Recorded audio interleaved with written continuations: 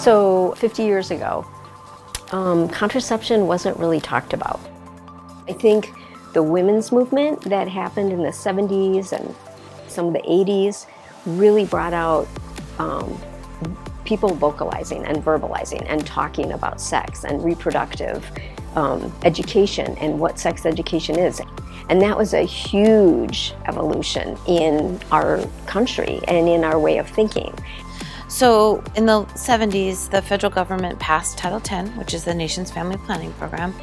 So initially in Arizona, there were 5 grantees that received Title X funding, and the federal government oversaw and managed those grant programs. That gave people the ability to choose and to recognize, oh, it's not something as women, it's not something that happens to me, it's something I have a choice about.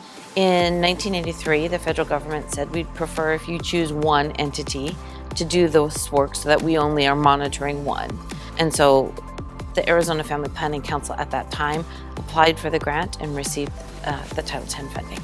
So initially, obviously, we were the Arizona Family Planning Council, and we were that until the late 90s. And then we changed it to the Arizona Family Health Partnership.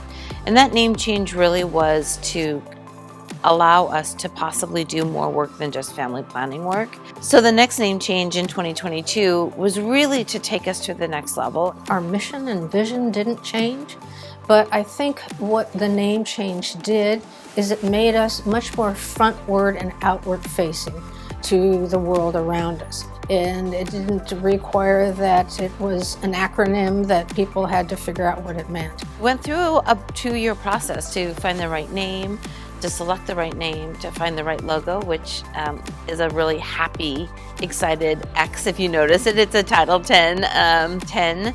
It allows us to do more in the area of reproductive health care, and it represents more of what we already did. Affirm means to me an environment where we respect and provide care for folks that might not otherwise have access to sexual and reproductive health care, and we provide it in such a way that is affirming.